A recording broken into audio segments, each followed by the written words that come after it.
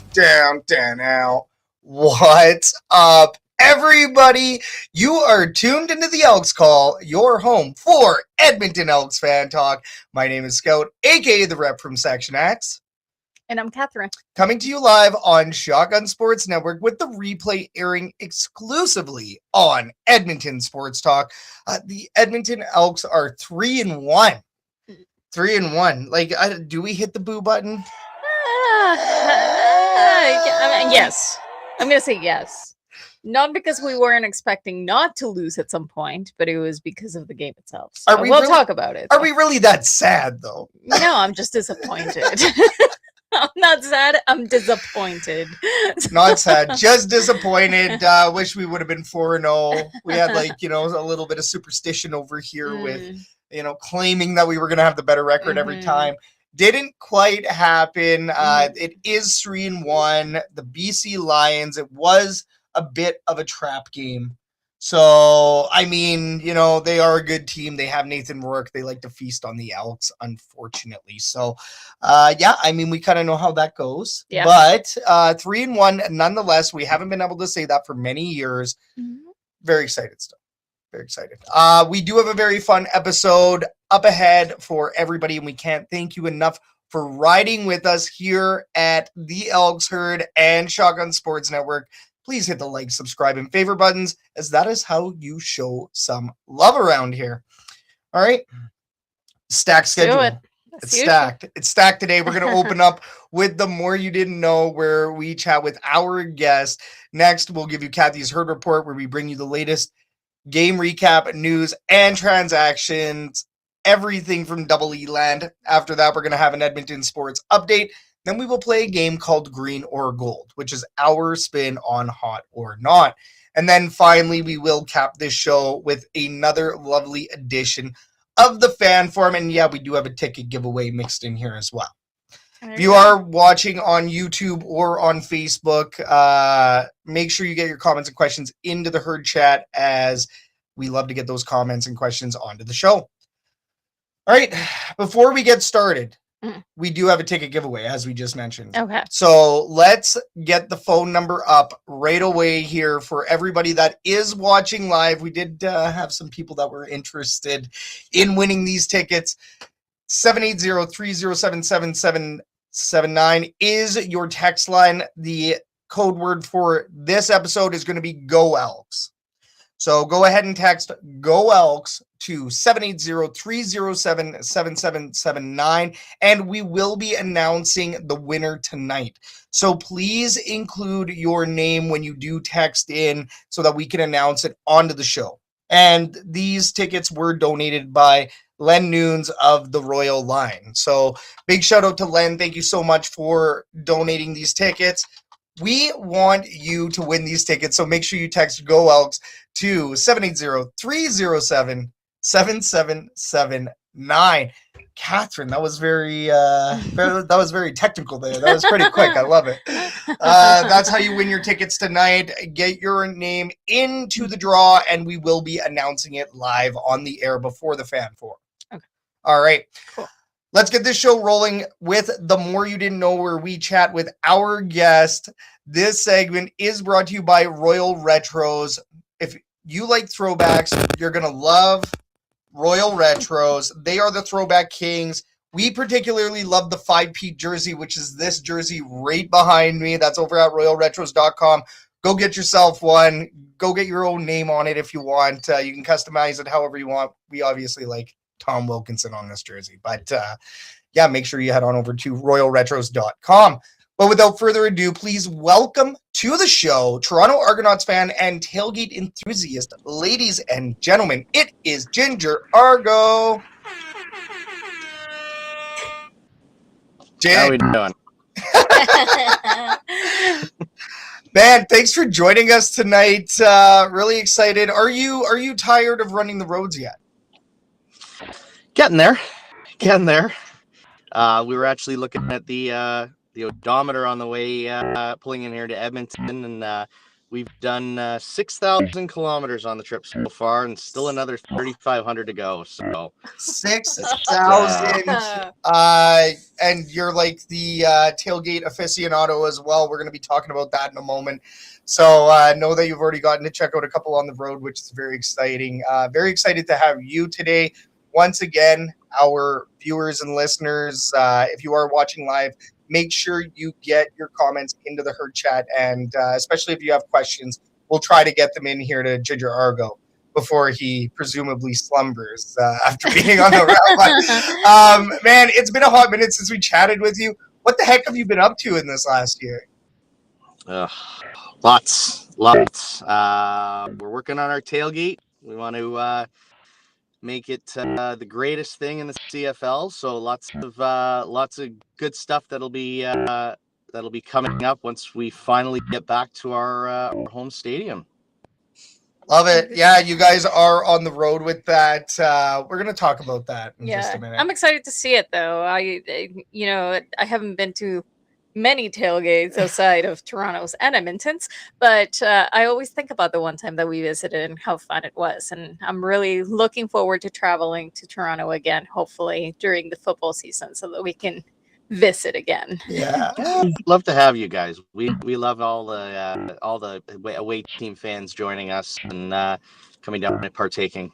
Yes, tons of fun. But we also noticed in your pictures and during your travels that you have your truck all decked out. Mm-hmm. Argonauts decals. How did that happen? Well, I just kind of did what I normally do and come up with an idea and then just ratchet it up 12 notches and go crazy. So I looked into a few things. Originally was going to paint it, and then thought the best way to go about it would be vinyl wrapping it. So vinyl wrapped it. I had a buddy print up some decals for it. We kind of threw all the ideas into AI, and that's what we came up with. So it was a very fun experience doing it. I did it in my driveway. Never done it before. We'll never do it again. I bet. I don't think it's an easy job, but we looked at that and I thought it was super cool. And here, Mr. Scout over here, he just got a new truck, and it happens to be Calgary St. Peter's red. It's just red, okay? It's actually Victor's red as per Chevy GM. We don't have to call it Flames red. We don't have to call it Stamps red. It's big red. Big red. But anyways, I saw the vinyl, the wrapping that you did, and I was like, well, I think we have to do something about this, and I think we may have to get some ideas from Ginger over here and do the same thing with your big red truck that does not belong. So. Just don't do it outside. That's all I suggest. Yeah, fair. Trust me, I did my own tinting, and we know how that went as well. So, like, I mean, would you declare yourself as like the biggest Argonauts fan in the CFL?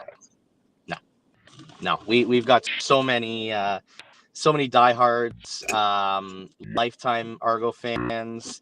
I like to consider myself one of them, but definitely nowhere near the top. So. We've got I'm not, obviously you guys know Lori Bursey. I would have to say Lori is hands down the biggest Argo fan for many reasons. Sweet woman for sure. We do already fantastic. I'm gonna see her on Friday, so looking forward to that. Beauty. That's going to be in Winnipeg for that one, right? Correct. Yes. Yeah. Yes. And we're gonna take us there, but we'll get there. Bearpaw Chris in the herd chat. That is Chris Hagar. He does say, evening everybody. Who is the goofy blue fella? He does also say, I'm bringing some paint to fix your truck, Scout. I'd appreciate it. So, well, the funny thing is, I was out for dinner with Chris about a week and a half ago when I came into Edmonton, and he was complimenting me on how good the truck looked. He was actually even contemplating on becoming an Argo fan. Oh! There's one for you, Chris. No. See, now we. Well, actually, that's not towards me. He's just talking crap about you. But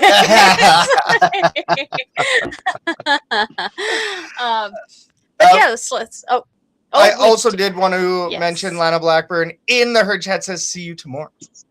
So yeah, that's good. It's gonna be fun. Lana's gonna come over and obviously her son now plays for you guys. So we were a little disappointed when we lost him, but he seemed to be right fitting into his element on the when he was on the bench there in Kelowna.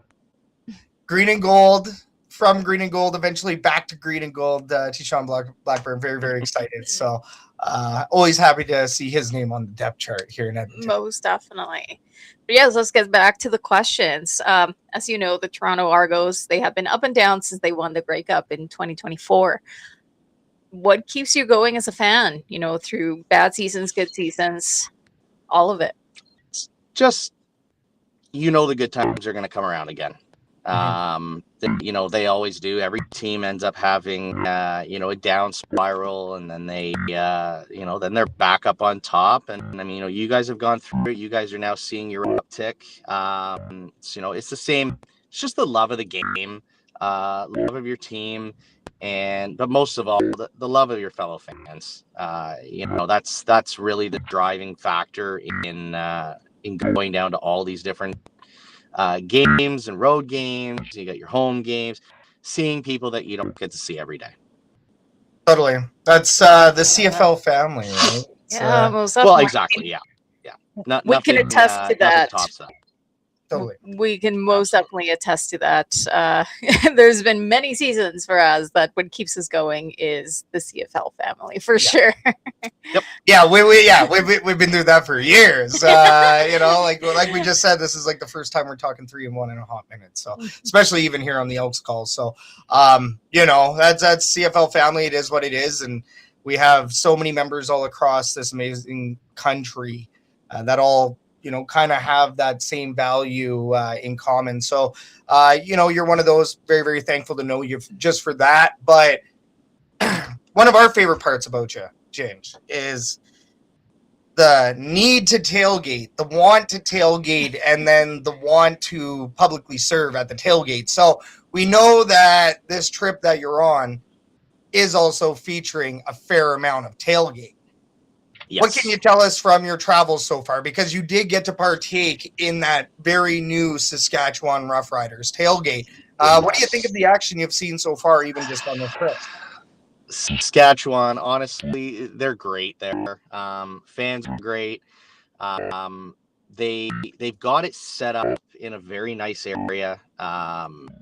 It's really, I think, for the second tailgate that they've ever had out there, it was done very well. I was disappointed I didn't get to use my smoker because that was on one of the rules. But there are a couple of fans there that were using their smoker, so I'm really happy to see that. I did talk with a couple of the rider brass. They did come out and say hi. And they're going to be working on figuring out what works for them and what doesn't, right? I think it's like anything, right? When it's new, you set you set your amount of rules, and then you just kind of go with it, and you can lax on certain and put tighter restrictions on others. But all in all, very well controlled, very well done, very respectful from the fans, and it was great. Calgary, a little different. Their tailgate is unlike our tailgate, your guys' tailgate, and the Riders. They're spread across two separate lots. They've got their east lot and their west lot, right? And it just seems very, chaotic, I guess, in a certain way. You don't kind of get that nice tight family group environment by splitting it, right? Now, Calgary, we did notice that it's very spread out, right? Like, sure, on Labor Day, you do have a very strong contingent, and you have more blocks filled up, but the Edmonton Elks, it's more compact. It looks like also Saskatchewan is also kind of doing a similar thing to what Edmonton's doing. Yeah, exactly, and I think that's the big part. I think that kind of elevates it. Look, Calgary, they do it well. There's a couple of fans there that have got some pretty sweet rigs set up. A couple that made me quite jealous. So, you just kind of, take in every little bit as you can. I've been to a number of Winnipeg tailgates, but I've never actually partaked with my own vehicle, right? So I am looking forward to that on Friday, and obviously the one with that I'll be joining you guys for tomorrow as well.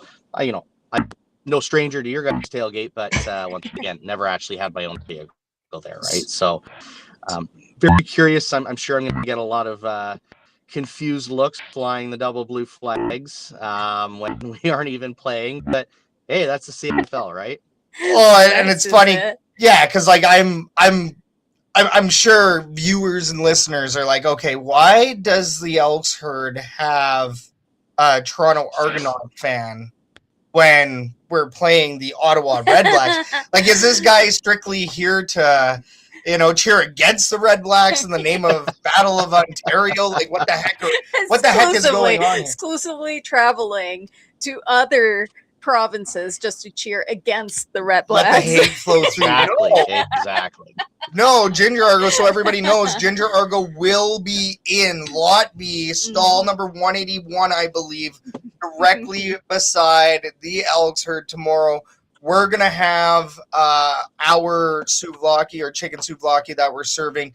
You can save yours as a surprise. You can tell us now. It's up to you. I'm just, honestly, guys, I'm just doing chicken wings. Let's go. Very straightforward. It's I was gonna go elaborate for your tailgate and the Winnipeg one, but it's been a long trip out west, so I just want to have some fun doing it. Do it very minimal, and just get through it, because as soon as we get into that game, unfortunately, my wife and I are gonna have to depart shortly into the game because we got a nice long drive. So yeah, you guys are heading directly to the Winnipeg game tomorrow, right? Yeah. 13-hour drive overnight. So oh my goodness, I don't know how you're doing it. It's really cool though. I mean, like you said before, We Win Life is a lifetime, an experience of a lifetime. It's something that you may not be able to do again. And as you're going, you're getting ideas for your own tailgate, like taking a little bit of what you see and how you can improve your own. And we'll be able to see that when we travel there next. So. Exactly. Yeah. Okay. Where are we at? Sorry. We're having so much fun that I'm losing my place here. Speaking of homes away from home, though, just with all the traveling that you're doing, what are your thoughts on the Argonauts' plans to mitigate the FIFA this year by hosting home games in away stadiums? So there's a lot involved in that. The short answer is it would have been nice for us to stay closer to home. Something like BC did, where they did Kelowna. I've heard from a couple of people like Lori, a very good point that, it would have been nice for us to actually play a road game in Kelowna. They have the two displaced teams being able to play out there. There's a lot involved though. And after seeing what's been going on in Toronto. So MLSC's had to deal with FIFA. They've also had, the Marlies won the Calder Cup. There's all sorts of concerts going on in there. The new buyout for Rogers coming in, they own the Jays. So there's a lot of things going on that we as fans don't know about. So I'm not going to knock the team at all for what they've done. I also, for me, I've had a blast, right? Because I've been able to do this road trip because of us being displaced because of FIFA. Exactly. I can understand where the rest of our season ticket holder fan base comes from, where they're not happy about it. We could have done a couple of things close to home, but at this point, I think our team's doing fairly well. I know we had some rough times in Calgary. Still put up a good showing on the scoreboard. But I think when we actually get back to home, we're going to appreciate it that much more. Exactly. Bigger Selly at BMO, especially right after FIFA 2026. You know, it's going to feel good for you guys making it back home after watching this team on the road. And I mean, especially, you know, the calling Winnipeg and Saskatchewan home. I don't think that works for the Argos fan base. I think it works better for those fan base. No, it doesn't. It's you know, obviously very far away from home. But I mean, from a financial point of view, I understand it. Yeah. Well, they had to do something, and I'm not sure. I don't know Ontario geography all that well, so I'm not sure if there's really other cities that could have happened in. Like, you know, NBC that they have Kelowna, other than Hamilton. Yep. We don't want that.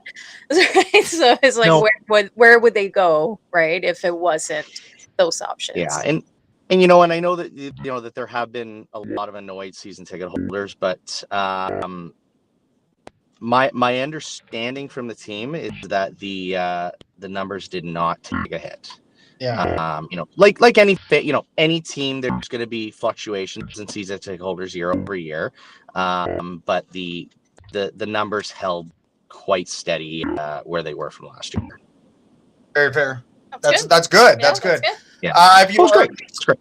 If you are just tuning in now, this is the Elks Call. We're here with Ginger Argo, Tailgate Enthusiast, and Toronto Argonauts superfan David Brown, otherwise known as Ginger Argo. Make sure to get your comments into the Herd Chat. We do see quite a few. Charlie Defoe does say sold out stadium again in Winnipeg, number 17 in a row. I mean, is that confirmed? I don't think my understanding is as a couple of hours ago that was not confirmed, and I even looked on Ticketmaster about upgrading my seats, and I still saw a lot of blue dots there. So, Charlie, you might want to find the facts on this one, but I mean, before we went live, I have not seen the sold out graphic. Charlie may have seen it by now. Who knows, right? So, all right. Let's talk about a couple more changes because you are a hardcore fan. And as we know, we've talked about it a lot on this show, but we'd love your opinion. Do you have any thoughts on the incoming rule changes for 2027? So my wife and I have actually talked about this over the last 2 hours. So while we were, because there was a couple of comments being made in some of our groups about it. Look, I know that the terminology has been thrown out there. Just deal with it, and that seems to be a very common comment. One thing we've got to understand as fans is that this is not our commissioner just coming up with this and then rubber stamping it and getting it through.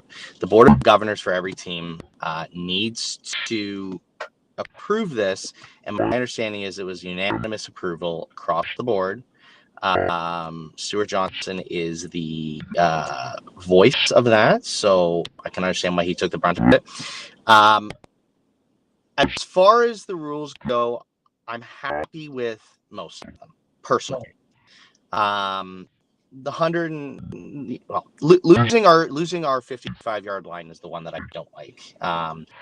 Moving the uprights back, I really like it. You know, especially the other day, it was Chad Kelly had a point, so you know, it was a good one. I think it's going to be a good rule change. It's like anything, right? Like, look, we're humans. We adapt. And we don't like change. We don't like it, but we have to adapt to it. And you know, I think give it a year or two, and that's the other big thing. Give it a year or two. People need to give it a chance. And if it's not working, legitimately not working, something else will change. Yeah. So either they'll revert back, which probably not, but if it's something really hurting the game, they'll pull it back. Look, it's a game of money, right? Everybody wants to make money at it, and if it's not making money, then you know things will change again. And the CFL has not been making money, so we all know that. So gotta make money somehow. And you know what? And I'm just going to say this, but I'm not going to touch too much on it. But it's the same thing with the partnership that Toronto has with the Bills. It has to do with money, and there is some good things that will come out of that. I'm leaving it at that. So Yeah. that can be another very hot topic. So, but yeah, all in all, I'm happy with the rule changes, and I'm excited to see what happens over the next season or two with that. And at that point, I may change my my opinion on it, but I stand where I stand today.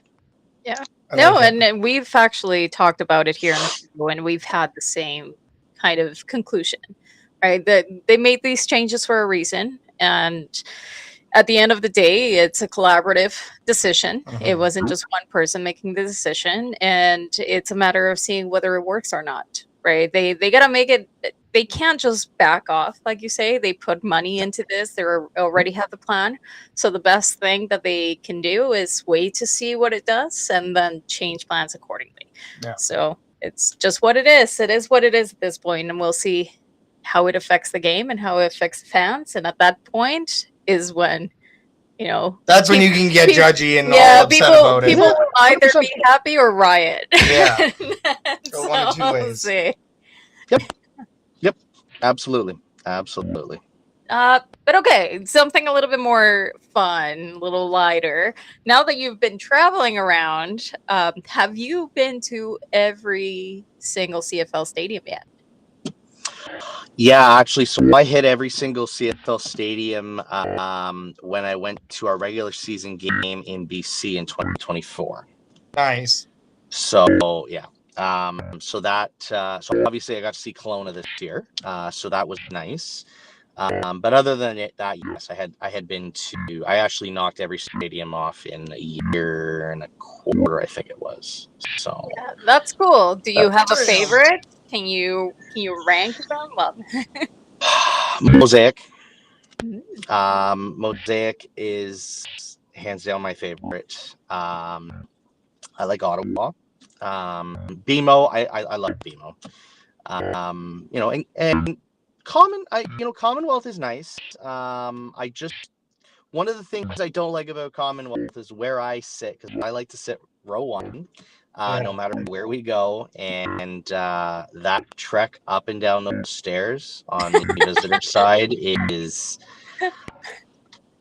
quite the workout. So Yes. I will not be going down there tomorrow. I will probably stay on the opposite side up near the top of the concourse. So Come on down to Section X, Ginge. we've had enough climbing of mountains in the last week, so we don't need I don't need to climb at Mount Commonwealth. So. That's fair. You were traveling for fun, not to work out. Exactly. But speaking of mountaintops, we saw that you guys were shouting it from the mountaintop, not the rooftop. Yes. So, Yes. CFL Fans Fight Cancer, this would not be a chat with you without bringing up CFL Fans Fight Cancer. Could you tell us a little bit more about that shouting it from the mountaintop and, of course, this year's initiative for Calgary?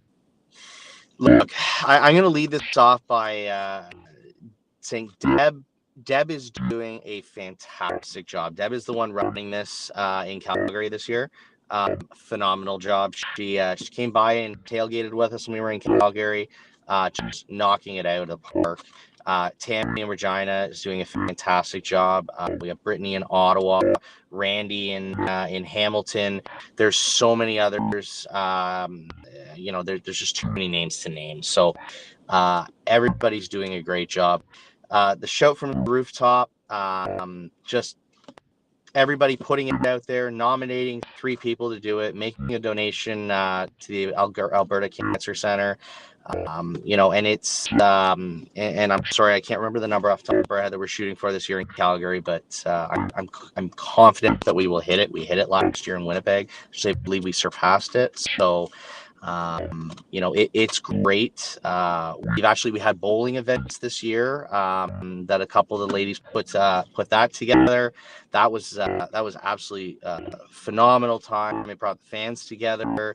We had a blast. I really hope we redo that every year, year over year.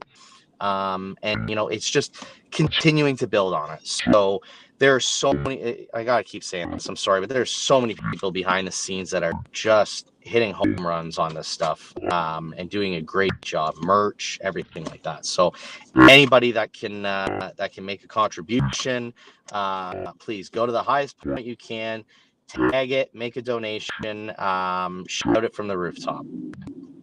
Hashtag shout it from the I rooftop. like that. I like that. I don't think I had seen that. Oh, it's a like great, well, I'm the guy that's usually on the socials, but I've seen it a lot. I've been sharing CFL Fans Fight Cancer. It's an initiative that is very dear to our heart. We love being a part of the summit every year, which is the season starter that our friends over at the Turf District, Andrew Hoskins, he's a really big piece of that. So, he's kind of spearheading the campaign out here in Edmonton. Once again, exact website is it cflfansfightcancer.com? Yes, I believe so. I'm sorry, I normally use the hat. I've got the QR code. The QR, and I know we should have the QR code on. We should always have it. Should always have it, so I'll make sure I go grab it. I had my wife make one, and we stuck it on the back window of my truck. So I love it. She hated weeding that. So well, tomorrow we can direct people to that QR code right beside us to make sure that they know and they can contribute. Totally. We'll get it up there with our Elks herd and the herdies. Yes. We'll get it up there. Let's take a look at some fan comments in the herd chat here. Chris Agar does say there will be a new 3x5 CFL Fans Fight Cancer flag flying at spot 173, which is kind of close to us. So you guys will be tailgating close to each other, which is always exciting. Epic Hunter 472 does say Commonwealth is great, but trying to get around the concourse when it's packed is a nightmare, as we've experienced multiple times. I think the worst one was actually concerts. Yeah. It's always concerts. Really bad. AC/DC is going to be wild. People are going to be smoking in the concourse. Let's see. Pierre does say, what up, Pierre? In the herd chat, rule changes in 2017. Biggest issue for me is moving goalposts, eliminates missed field goal returns, hugely important part of the CFL. I think this is one of those things you'll have to wait and see, but the Rouge, it's big emphasis on the Rouge, especially for some of us traditional fans. Canadian fans specifically. And then Amanda does also say, I personally don't like the shortening of the field. The rest I'm okay with. So, I mean, we could go on with comments about the rule changes like for days, but is there any other major ones? I think that should be it. All right. We're near the end of the interview. Last couple questions here. Will you be going to Grey Cup this year in Calgary? Yes. Perfect. As expected. Already have tickets, hotels, everything all set, flights, you name it. Now, if tailgating becomes a possibility, would you drive for the tailgate? No. Okay. No, I don't think you know what? Sorry. I'm going to. No, I'm not gonna possibly. Oh, wife just caught me nodding. I'm gonna reserve. You know what? I'm going to reserve that answer for a little later. How's that? Defer. Big defer. Is there even tailgating at Grey Cups? No, not usually. But imagine if they did, because Calgary. No, there is. They had tailgating in Hamilton. Oh, they did. We did. I did go down and tailgate with a few Winnipeg fans last year, and Vancouver was the only one. Vancouver never has a tailgate, so right. They got nowhere to tailgate, so they got nowhere to park, but just in general, let alone tailgate. Yeah. Alrighty, you want to take us away on the last one? Yeah. Second last one, or last real question. What advice do you have for people that haven't tried tailgating yet? Do it. Honestly, you know what? You don't have to do it complicated. You can throw 2 lawn chairs and a cooler in your car, make some sandwiches, and just go down and sit in the parking lot. The conversations that you will have with people, it's great. It is such a great time. You will learn things. You'll teach things. And then you can expand from there. You can go up to a barbecue. You can bring down. We've got people in Toronto that bring big shish kebab, charcoal grills. There's guys that come down. I saw in Calgary, there's a guy down there that literally pulls in a trailer. It's got like 4 barbecues. It's got a Blackstone in it, some crazy stuff. You can do what I do and throw a smoker on the back of your truck or 2. Yeah. You can go crazy. You can be simple. But at the end of the day, it's fun. Yeah. It's just pure fun, and you have nothing to lose. The party before the game, the event before the event, as we call it.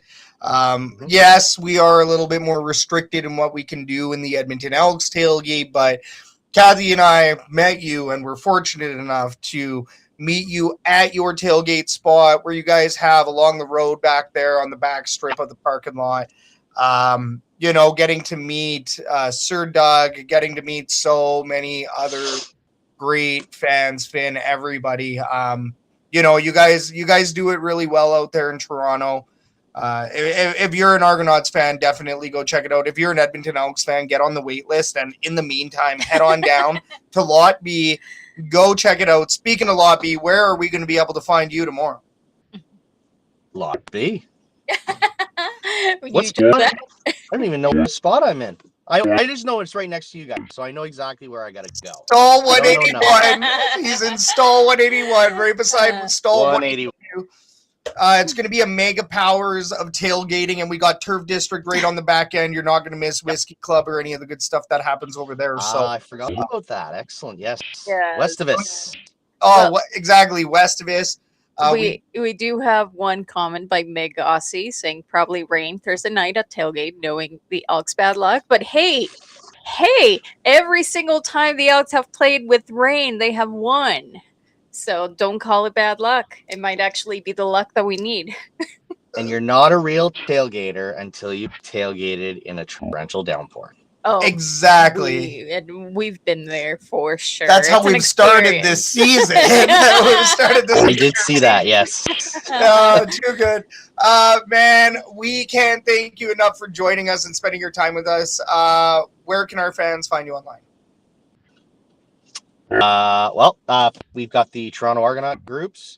You can find me on Facebook. I don't think do I have an Instagram? Yeah, you do. Do I? Okay. I tagged you today. I got too many things on the go, so it's and I've got Ginger Argo 17 on X. So. Exactly. Perfect, man. Well, we can't thank you enough once again. This was a fantastic convo. We know that you have some rest to get to because it is a big game day and then a big drive after that for you tomorrow. So, man, we can't thank you enough. We really do appreciate what you bring to the CFL community. You are a CFL family, like we say around here. We will let you and your lovely wife, Karen, get back to enjoying Edmonton and enjoying not moving for once. So, yeah, man, we can't wait to see you tomorrow. And we hope you have a great night. Thanks, guys. Appreciate it. Have a good night. Cheers, brother. Cheers. Bye. And that was Ginger Argo, an Argonaut superfan and a tailgate expert, and he will be tailgating right beside us. He's going to make us look so bad. Red truck and Argonauts decked out truck. He's going to look more Argonauts than the Elks herd at Elks tailgate. So, really, maybe we should bring my car. I don't know. I have one sticker. Ashamed. I have one sticker on the truck. We'll get it figured out, okay? But it might not be this year. Maybe we'll have to wait a year or two before we get the full wrap because she needs a little body work. Maybe the next time that Ginger Argo comes to Edmonton, he can make a day trip and do a vinyl wrap with you to the truck. He said not outside, so we do have an indoor space, which is good. Man, thank you so much, everybody, for tuning in right now. This is the Elks Call. You're rocking with the Elks herd right here on Shotgun Sports Network. Please be sure to hit the like, subscribe, and favorite buttons, all that jazz, because that's how you show some love. Now, before we dig into Kathy's herd report, let's give everybody this magical phone number to text into. if you're looking for 2 tickets to the Edmonton Elks game tomorrow, you're going to text Go Elks to 780-307-7779. Enter your name in for 2 tickets, and we will be announcing this on air tonight.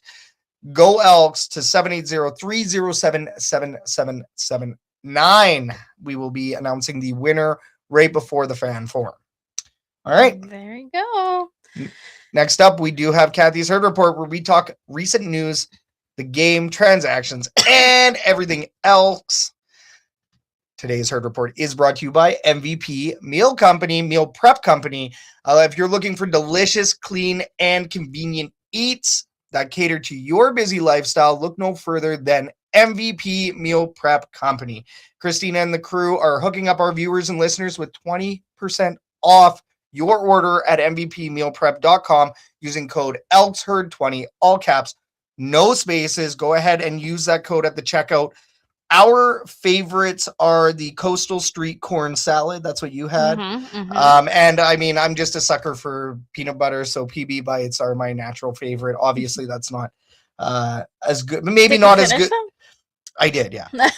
Oh, they're all. I tried to save them for you for as long as possible, but you got possessive and then you let them rot in the fridge, and I went over and saved them. It was a day. Still, they were not rotting. They were not rotting, but they were screaming at me. But hey, when it comes to a snack, that is probably some of the best snacks that you could have. PB bites are delicious. Yeah. Once again, that's Elks Call 20% off at mvpmealprep.com. MVP, is it MVP Meal Prep? It's mvpmealprep.com. If we scroll up, we can confirm this. I don't have the website. Oh, they're right there. mvpmealprep.com. It's the code. The code screws me up. All right, okay. Kathy's Herd Report. What do we got? Let's talk about this game. Like, see, you know what? I have mixed feelings about this game. Like, in some ways, it was kind of expected. We were bound to lose at some point. Like, you knew it was going to happen. And based on how history goes with BC, it was, expected that the one game that they might lose is against BC. They seem to have a hard time against BC for some reason. This is what was frustrating, is because the day after the podcast, the last show, I was at work the next day saying, yeah, this is a trap game. How did I not identify that this was a trap game on the show? I was so frustrated because I wish I would have had that on record, because I was scared of BC going into that game. Lions feast on Elks, and for whatever reason, like, Nathan Rourke is like a kryptonite to this team. Well, no, and yes, I agree on that. And also, we knew that they were going to go in hungry, and I said that, and there were a lot of people who was like, no, they're playing like crap. But when they're hungry for it, and you have one of the best quarterbacks, the best quarterback arguably of the CFL, league, you get that team confident and you give them a little bit of momentum and they can trample us. So they just needed, that confidence right at the beginning of the game, and that's what they needed. And like you say, it just seems to be kryptonite for the Elks, and unfortunately that's what we found. Well, the Lions were in Kelowna for 2 weeks. They wanted to send their fans home with a big win. The recipe was there, and it was good weather, as we just talked about. Unfortunately for the Elks, they haven't really played the best in good weather yet, but they've played pretty darn well in rain. They've had a win in good weather, but yes. It was still a soggy night. I mean, that was right after rain. Yeah, that's true.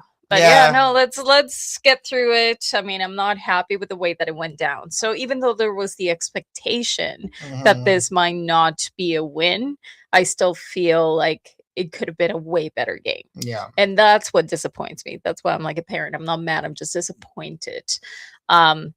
Definitely didn't have the best start. I think it's safe to say that BC's defense put a stop to a lot of the Elks runs, forcing a couple of punts in the quarter alone, just talking about this one. But it was something that we saw consistently. Like Amanda says in the herd chat. Yeah. I mean, they shut down Rankin, and if you do that and take too many penalties, you're done. Yeah. That's some foreshadowing to what we're about to talk about. We definitely saw that. right there in the first quarter, we did have an illegal punt and an unnecessary roughness penalty that didn't help either. And of course, BC scored the first major halfway through the quarter, and that's what I was dreading. Yeah. I was like, if we give them the opportunity, if we give them that momentum, they're just gonna roll us over. You give them enough rope, it's they're not going to hang themselves. They're going to hang us.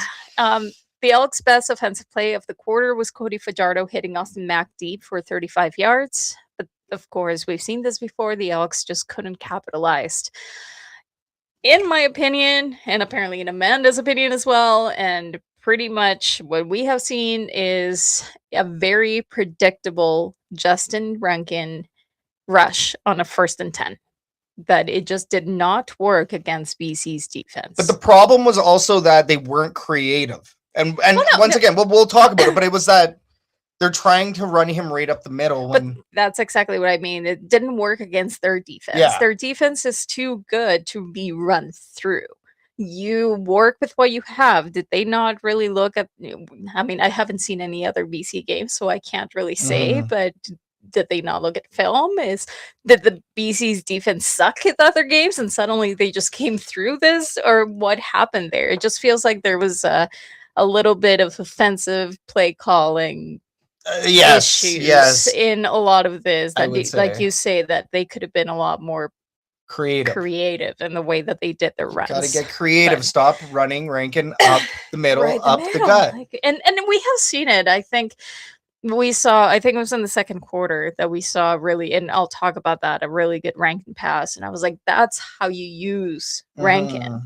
It was to the side and he just went right through and he made it happen. But when you're right in the middle with a really good defensive line, he's not going to go anywhere. And we saw a whole bunch of those, just 1 yard rushes. But anyways, the biggest moment came with Daryl Jabome, if I'm saying Jabomi.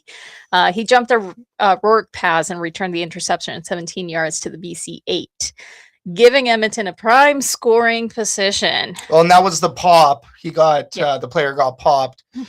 Jabomi came down with it. Put them into instant scoring position, like you just said. And I'm glad that they were able to do something because I would have just thrown something across the restaurant. Complimentary football's got to be complimentary. Yeah, we watched this game at the Coors Light watch party. That's right. We did. 8-yard pass to Keon Julian Grant on a 2nd and 8, and the Elks were in the game. Fortunately, the convert kick was missed on this one. Blocked, I believe. Yeah. So the kick was blocked. Special teams technically, going for the extra point there. Offense could have been a little bit better. We know that. WE defense was probably the worst I've seen this season. Yeah. I don't know what the hell they were doing. I really don't know what happened there, but they let BC get in within field goal range and they scored themselves an extra 3 points. But at least the second quarter opened with a first down after Cole Snyder rushed on a 3rd and 1. And the Elks got lucky after a BC pass interference penalty that negated the 40-yard incomplete pass to Austin Mack. That's another thing. I don't know what's going on with Austin Mack, but he definitely should have caught that one. But thankfully, they were able to continue the drive with momentum. And Fajardo completed the couple of short passes until he connected with Keon Julian Grant for another touchdown with a successful 2-point conversion by TJ Luther. We'll take that. Yeah. I mean, we needed it. Unfortunately, BC responded in kind, and the O-line just seemed to crumble after that. Unsuccessful 1-yard rushes by Rankin. We saw quite a few of those. Fajardo sack. Yeah. Just no good. And probably Fajardo must have been a bit rattled because he threw an interception immediately following yet another touchdown from BC, which gave them an extra field goal opportunity. Well, see, I don't know, because I think that the offensive line has been showing cracks, especially you're missing Coulter Woodmansey. So you're missing your premier offensive lineman. Well, we're seeing the effect of the injuries. Well, injuries are starting to stack up for this team. You know, you got Jabome at middle linebacker taking over for Nick Anderson and Brock Mogensen, where we thought we had depth. We no longer have depth. So am I happy that the Edmonton Elks picked up Jabomi in the CFL draft with their first round selection? Yes. Yes, I think that was actually, now looking at it in hindsight, it's a pretty smart move. But on the offensive line, they started to get handled. And unfortunately, Fajardo started to face high pressure scenarios. His decision making, he wasn't necessarily on. That offensive line wasn't on either. No, it really wasn't. At least both Austin Mack and Cody Fajardo redeemed themselves a bit after a 24-yard pass connection resulting in a touchdown. Didn't stop the additional field goal from BC, though, to close out the half. So maybe before we continue, let's take a look at some of let's take a look at some of the messages that we have. Steve Benassi says, "Doubly beat ourselves. Too many turnovers, no rushing game, and had so many chances to come back." Klima's lid, too many turnovers. They did lose the turnover battle in this one. Yes. Game Day Baby over here. BC looked at the film. Our OC just did the same old. He's not wrong. Ken's not wrong. Yes. I'm not going to say Ken's wrong. Amanda, could they have just ran somebody else to throw them off? Like, seriously. Well, where is that swing pass? Yes. Right? Where's the swing to Javon Leake that we saw a game before this one? Where and we saw that in the first or second quarter, right? It was in the first half of the game. We haven't seen that since. No. Where are the sweeps? No sweeps, no swings. There's no creativity. Exciting. It was the exact same play over and over and over and over. You knew that they were going to run Rankin on the first down, and then they were going to do a short pass or a longer pass on the second down. That's it. That's her playbook. Yeah, and the other thing too, though, is that without a running game, it's all passing game. It's one-dimensional. So if they know that they have your running back shut down, you have to get creative to get your running back into the game. Yeah. And they didn't really ever do that. No, and we'll talk a little bit more about the passing game in the second half. Oh, and then I like Klima's lid's comment as well. Rourke found a lot of wide receivers open in the flank, which is how many times have we seen BC do that? So many times. And we, in general, every single game we've seen, we're wide open. On the sides, wide open. They should have had somebody there. Every time. And I even mentioned it when we were at Sherlock's. I'm like, look, on the sides, always against BC. Yeah. Epic Hunter 472, their defense is either lockdown or Swiss cheese. It kind of looked like Swiss cheese this time for sure. For the Elks. So yes, that's BC's defense. No, which, that's when Butler finds a ton of holes up the gut to be able to go Swiss through. Cheese for the Elks. That's just it. We do have Pierce saying that BC came out with a purpose, and unfortunately we did not match their intensity. And that's just it. They were hungry. They off the hop. Yeah. Rankin 10 catches for 100 yards, which, yes, we can talk about Justin Rankin still being on pace for historical numbers. There's no denying that. But don't force it.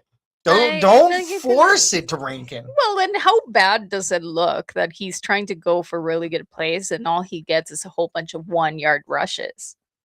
Yeah, I mean, that's not helping his stats at all. No. It's also making Cody Fajardo pass 51 times. Which is what Klima's lead, but 51 pass attempts.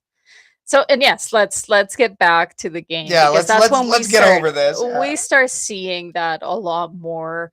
The third quarter, it was a turnover sad party. That's what I like to call it. It's a turnover sad party.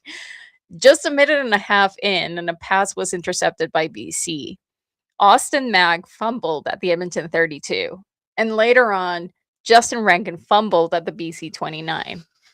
At an illegal block and illegal contact penalties, and it's a mess. It's a mess. And Justin Rankin does have an issue with ball security right now. I'm not yes, I did see in training camp where Austin Mack was allowing bad touches off the hands to the defense. Yeah. That was in training camp. I hope that is cleaned up sooner than later, because I mean, even for his sake, right? I mean, he's an elite receiver. You don't want that stuff on your film. No. Now, Justin Rankin, even going back to last year, Ball security is sometimes a problem, and I think he's fumbled in almost every single game this season already. And I think it's the way that he holds the ball. I've seen it. Like in some of those runs that he does, he just has it like to the side over here. But the other thing too, though, is that players are targeting the ball. Yeah. So if you 100%. think that you have a weakness in Justin 100%. Rankin, instead of going for the tackle, they're going for the ball now. Just punch it through, and it will go right through. He'll lose it, right? So that's not good. No. So he should just hold on to that like it's a baby. Don't drop the baby. Don't drop the baby. But anyways, at least the defense did hold BC back in this quarter, and there were no points on either side. So the defense held, but the offense didn't do anything to help the defense. 100%. However, by the fourth, BC scored really early, and Edmonton immediately answered with a 54-yard kickoff return by Javon Leake, giving the offense a jolt. Crazy return. It was a really good return. Mm-hmm.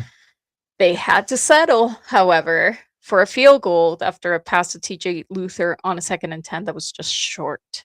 And that's we saw that. We saw that with Cody Fajardo. He was overthrowing, underthrowing. He was just off. He was just off today. The Elks got a bit of a lucky break after Noah Taylor sacked Rourke for a loss of 7 yards, forcing them to kick a field goal, and Sean White missed. That's crazy. Surprising. That's a crazy stat. Very surprisingly. That's a crazy stat. Allowing for yet another return, 36-yard from Javon Leake. Mm-hmm. But all those gains were immediately negated by another Fajardo interception. At least they were lucky because there was a BC roughing the passer penalty, and that was the luck that they needed to turn that into a first down for Edmonton. But after that, it was just a case of missed opportunities for the Double E. Fajardo was struggling. Underthrows, overthrows. All of that. There was a BC interception by Joel Dublanco with 4 minutes and 27 seconds left on the clock.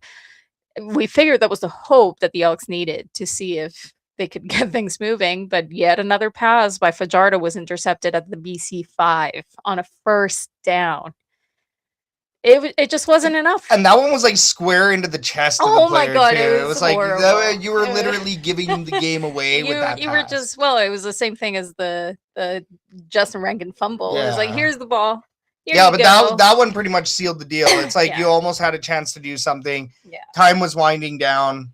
You gave the ball directly away. We know this game's done now. Yeah. So they had one last drive after that, but not even the 30-yard pass to Austin Mack after a series of short passes made a difference. The time expired with 36-24 on the board. Ew, frustrating one. It was a very frustrating one. Like I say, like in many ways, I would expect a loss here, but it's how the loss went down. Yeah. That it was like, what is going on? This is not the same. We've seen this team play for the past 4 games, and you've constantly mentioned like, Double E gold, green and gold football is back. The Double E football is back. This is what I used to watch back Elks in 2015. Elks football is back. Called it something else back in the day. But and I mean, it's nice to see a return to that. But here's where that didn't feel like that though. This felt much like game number 4 last year when Trey Ford's stats were spiraling, and the team, even though they looked like they were close in those games and they might have won those games, you could tell that things were still slowly going downhill. And as evident as, Trey Ford's stats, the rest of the team, offensive line, sacks, this and that. Yeah. Even when Cody Fajardo stepped in for his first start, what was that, 8 sacks or something like that? Yeah. So, I mean... Yes, I remember that one. This is where I'm worried, is that the offense needs to reinvigorate itself. You need some better play calls. You need some more creative play calling. You need the offensive line to hold. You need to be unpredictable. And right now, the Edmonton Elks are kind of falling back into that trap of unpredictable. Now, a lot of people will say, sure, it's 3-1. You guys are making it sound like the sky is falling and that this team is garbage and this and that. No, we're just noticing a trend with this team year over year, and we don't want that to be the same trend. The Edmonton Elks definitely got to win tomorrow night. We'll talk about it a little bit later in the show about the critical nature of that. But as far as getting back on track, I mean, tomorrow is going to be really important. And flushing this one, looking at the film and making installs, adjustments, improvements on the offense. And of course, the defense. Now we know that the defense has its flaws. Working through injuries, we need to see that elevated. Special teams, they kind of screwed up on that extra point. They allowed that to get blocked. There's only one really solid Javon Leake return. We were seeing BC run it back pretty good against us. So it's like, all three phases need work. And I do wonder too if this team in the locker room maybe got a little bit too confident for its britches, a little too big for its britches. You know what I was when I was watching all of this, because really what we have seen since the beginning of the season is a very different team than what we saw play in BC. Like, that's what it felt. That's why I was confused. I was like, what is happening? Did they go out partying last night?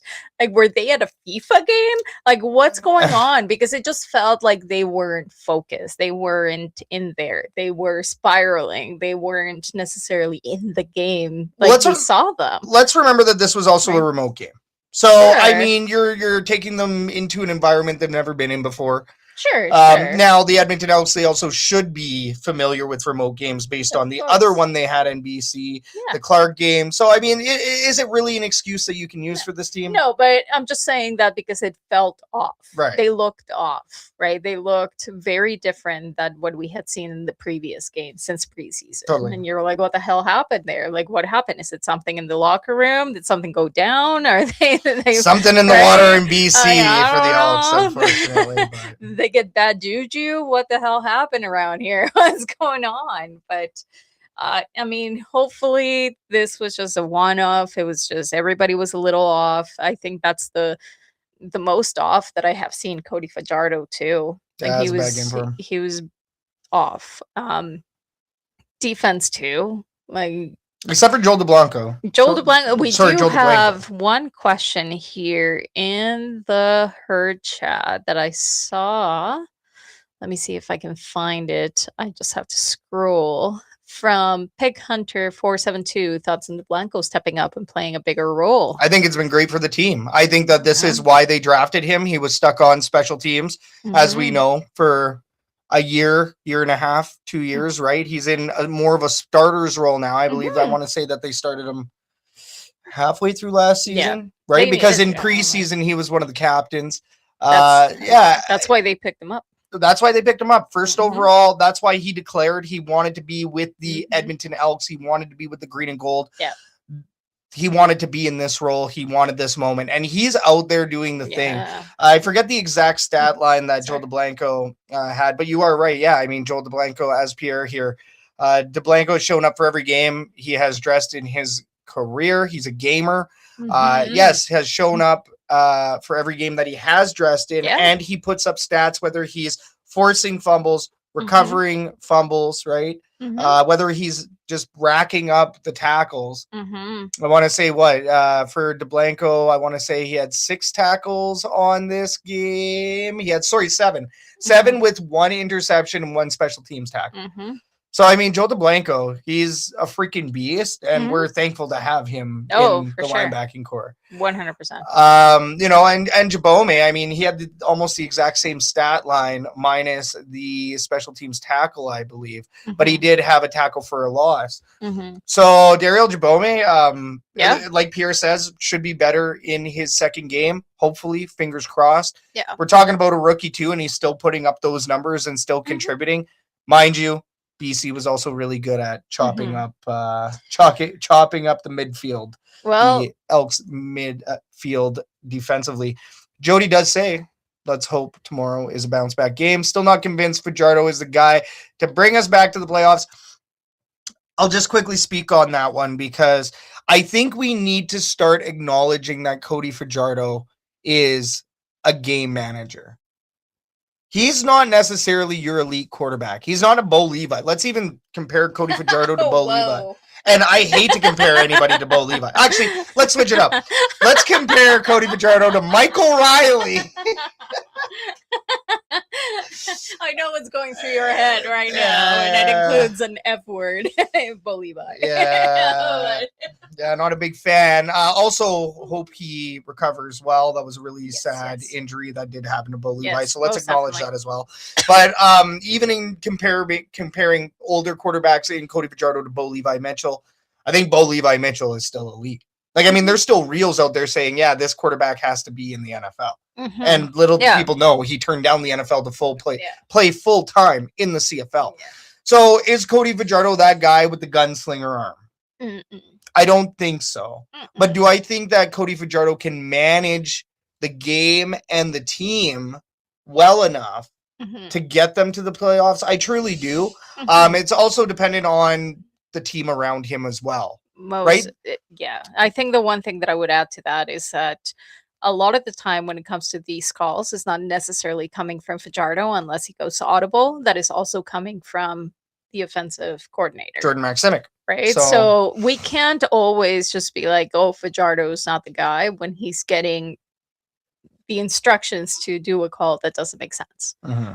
Right. And I mean, do we really know whether he's that kind of quarterback that will go audible all the time? Probably not. But he does. Sometimes, once in a while, and we have seen it. Game winner.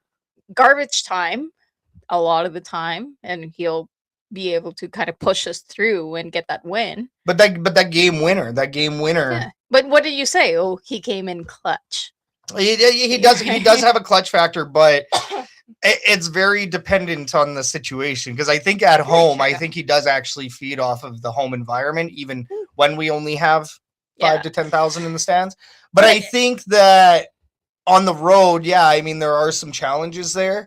My point is that is not necessarily all just on Fajardo. That we definitely need a change on the offensive play calling. Well, he threw 51 times. He threw 51 times. What do you want this? Like, I mean, you took away the run game completely, and that spy that you're supposed to have in the opposing defense, he's now just ball hawking, right? When you have guys expecting the pass, what do you expect Cody Fajardo to do, right? And I will say that this does come down to, Jordan Maximic primarily, and then, of course, Cody Fajardo for decision making. And I'd also like to point out too that a lot of the Justin Rankin yards, as per what we wrote in our article on shotgunsportsnetwork.ca, a lot of those yards came from checkdowns. Mm-hmm. So we're talking about emergency escape routes for Cody Fajardo to Justin Rankin. Justin Rankin is then expected to rack up the the yak yards, and putting Rankin in that scenario all the time too isn't gonna help for our offense in general, for the Edmonton Elks offense. It's gonna be really easy for the defense to figure that out. No, I agree. It's it's a difficult one. I think everybody just kind of has sorry, we had a comment by it was Amanda or Jody, I'm not sure. They did ask about what our thoughts were on Tyrell Ford coming from Facebook, then it went away. Do you wanna maybe touch on that? Like, Tyrell Ford, how do you think his performance is doing? I think he's okay. I don't think he's been doing anything too crazy. We've seen a lot more of Joel Dublanco, but he's still getting tackles. He's still kind of doing his job. I think Tyrell Ford's been getting targeted more. I mean, he did also tie top of the defensive leaderboard in this game with 7 tackles. But that means he's being targeted more. So Nathan Rourke isn't scared to throw Tyrell Ford's way. No. And Tyrell Ford hasn't been intercepting the ball like he did 2 years ago with Winnipeg. Right. So is there room for Tyrell Ford to improve? I believe Most definitely. I think so. I think he's been playing it safe too. We don't see a lot of crazy tackles from Tyrell Ford. In fact, I'm pretty sure we have seen a couple of those that you're like, well, what were you doing? Like, I'm pretty sure my 8-year-old can tackle harder than that. Like, we've seen some, you think about some of the tackles that we've seen, like the Nick Andersons or the Joel Dublanco's tackles, that you're like, oh, that guy went down. Sometimes Tyrell Ford is just like, oh, I'll give you a little touch and see if you go down. If not, then I'm not going to risk it. So that's what I have seen. Well, I don't know. I think the commitment factor is still there, but Yeah. I think it does depend on A, targets, which in this last game he did get targeted, but then B, penalties, because he's gotten some. He's been on the wrong side of penalties. Maybe that's why he's not taking risks. Exactly. That's why he's playing a lot more conservative in a way, because I think he's a great player. Yeah. But I think he's just a little conservative in his playing right now. Yeah, that's a good observation, I will say. Jody did also ask who's the number 2 if Fajardo does get hurt, though. That's Taylor Powell. Taylor Powell did have a good showing in that BC preseason game. Not the greatest at the Clark game. So, it's hard to say, dude, is Taylor Powell a better option? I don't think so at this point. I think that Cody Fajardo is still going to be our ride or die. But in the event that he does get injured, am I worried about Taylor Powell? I think that there are some question marks, but I think that there could be worse backup quarterbacks to have in the league. And Cole Snyder's got an arm on him too. So I think the quarterback room I have confidence in, but you can tell that right now Cody Fajardo, or at least in a lot of his looks, is more of a game manager. Yeah. Candor sorry, I'm clicking on things. Candor 2777 need a win against Ottawa. Can't let another team get the first win. Trap game. Season. Trap game. I'm calling it now. I'm calling it now. Trap game. Not against Ottawa. It's a trap game because they are hungrier than ever. Okay. Let's just quickly talk about the good. Yeah. The good. Joel DeBlanco, I think. Yeah, most definitely. Most definitely. I don't think. I mean, in terms of, the stats that we're looking, just it's not that good. Most definitely BC had the upper hand in a lot of the game. I don't think there was a lot in this game that really stood out as being better than BC, other than, of course, some really crazy plays by Joel Blanco that were really good. So the bad, we've already talked about it. We've talked about it. Transactions. Let's just move right through. I'm not sure if I talked about these ones last time. We'll talk about Isaiah King was added to the practice roster. He's an American linebacker. And Tyron Reddy added to the practice roster. He's a global linebacker as well. And John Kirby does also mention that he makes his debut tomorrow night. I don't know how much action we'll see him in. Yeah. But I mean, we probably do need them because we do have quite a few injuries still. Well, and that's where special teams is where he'll most likely slot in for Justin Pace. Well, yeah, we do have, let's take a look for the 6-game injured list. Oh my goodness.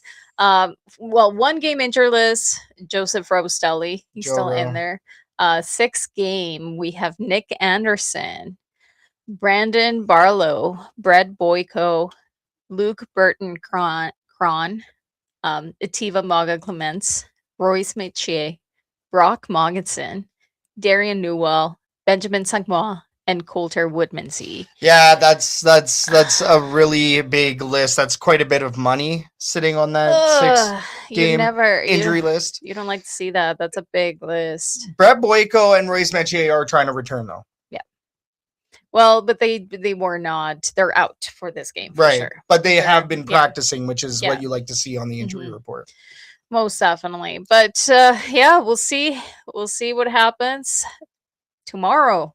Tomorrow, salute to service game against the Ottawa Redblacks at 7 p.m. We will be there shortly after 4. We got to pick up the boys from camp and then head there straight from 4 and then be there for the tailgate. Oh, we got to pick up the boys from camp tomorrow. Yeah. Oh, that's a new challenge. I did. I have many things in my head right now. I mean, this game, right? What are we thinking? And what's funny is I've been loving those 4-point differences until we just got smacked with a 12-point difference. I want to say, right? Wasn't it a 12-pointer? Something like that. Yeah, it was definitely more than 10. 8 to 12 points. Yeah. I'm already moving on from that last score. It's like I don't want to scroll up. Yeah, it was a 12. It was a 12. 12-point difference.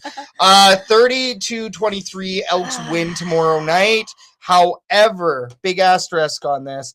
Could be a trap game. The Ottawa Redblacks are coming in hungrier than ever. They're 0-4. They're Jake sick Meyer. of losing. Niles Morgan is going to be laying some heads. Eugene Lewis is going to be wanting to catch some big ones. Eugene Lewis. Gino. Oh my gosh. Gino, our boy Gino. It's like we no longer call him Gino because now he's not with the double E. He's Eugene. He's now Eugene. Yeah, I think that this could be a trap game. I think I am a little bit concerned about this one. I don't know if I obviously think that the Edmonton Elks can win based on the roster, based on system, XYZ. I think that this should be an Edmonton Elks win. In my opinion, it's like an 80% chance, 90% chance. Edmonton Elks should win. But trap game factor. And we are going to start talking about trap game more on this show because last game I should have. No. And this game, I'm recognizing where it could be. If the Edmonton Elks, because obviously Ottawa, like they're desperate for a win. Mm-hmm. They've had too many losing seasons. Yeah. And they're on track for another one. What are the odds the Ottawa Redblacks are 0-5 after this game? And what are the odds that the Edmonton Elks are 4-1? Right? That's kind of what I'm looking at for this. So I don't know. I think it's a bit of a trap. I don't know. I think they can do it. They should do it. They should do it. They should do it. It should be a 30-23 win. Because that's the other thing, too, that I'm worried about with this offense is I can never predict 40.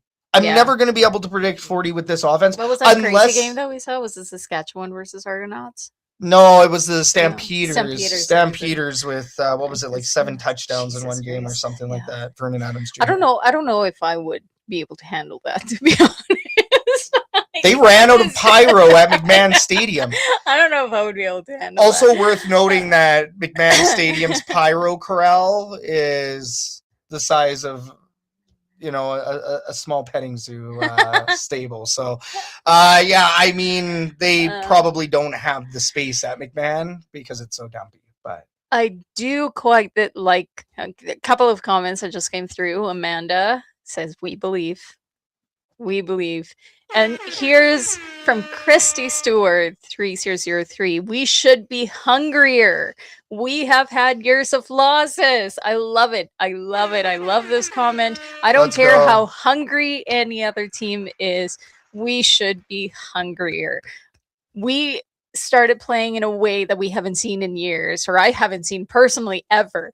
But keep it going. What are you doing? Don't let that happen again. Go sit down and think about what you've done and fix it. But Kathy for pre-game speech. We need Catherine in the Elks sit in locker the room. corner and think about what you've done. That's what I wanted to yell at. This is not a turnover. This is not a turnover on down, sad party. This is Elks football, Edmonton Elks football, right here in the city of Edmonton. You go win or you go sit in the corner and cry. You sit there and think about what you did. Yeah, exactly. Think about what you've done Catherine, today. you're too much. You're too much. I love it.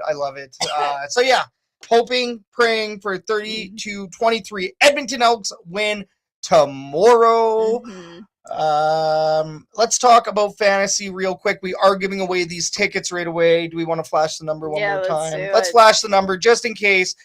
Big shout out to you for tuning into the Elks Call. If you want to win 2 tickets, you can text GO ELKS to 780-307-7779. 2 tickets to the Edmonton Elks game tomorrow night. They're lower bowl tickets. Ooh. Lower bowl at the Edmonton Elks game. 2 tickets. That is GO ELKS to 780-307-7779. All right, mini segment here. What's your fantasy? What's your football fantasy? Let's talk about the weekly fantasy list here. As per my team that I am fielding in our multiple fantasy leagues that I am in, like an Elks defense in this game. Despite my trap game comments, Elks defense against Ottawa. As long as they can be better than BC, than how they play against BC. Well, we're not going to base it on that. We're going to base it on how they played against Ottawa earlier in the season, and I think that the Edmonton Elks can shut down Ottawa. So I like their defense. Trevor Harris, come on, we had to take Trevor Harris at QB1. They look to be in a somewhat easy matchup, but we don't know. We don't exactly know, right? So I want to say that is against the Hamilton Tiger Cats. I want to say that's why I picked it is based on opponent. Mhm. Samuel Hicks at running back, Travis Thies at running back. He's been absolutely killing it with the Montreal Alouettes. I like Austin Mack at wide receiver. I need Austin Mack to have a good game. Solid hands. He needs it for his at this point. Confidence and obviously for my fantasy points as well. And I'm finally making the switch. Keon Julian Grant at wide receiver. I do like Keon Julian Grant. I think that he's had some really solid momentum. And I think that he's due for another touchdown in this one. And, of course, you cannot bet against Justin Rankin. I know I have a lot of Elks on this one, but Justin Rankin. Just a little biased over here. Little biased. I like Justin Rankin in this game. I like him at flex.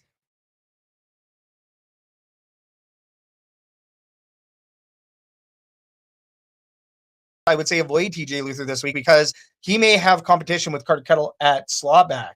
So Carter Kettle is now filling in, not behind Keon Julian Grant, which mostly for special teams, right? But now he's filling in at slot back. So I wonder if we're going to see Carter Kettle maybe make it into offensive game action. Well, we'll see. I would love that. We'll see. All right. Now, as far as the real fantasy, the season-long fantasy here, I still like Trevor Harris at QB1. I have Trevor Harris.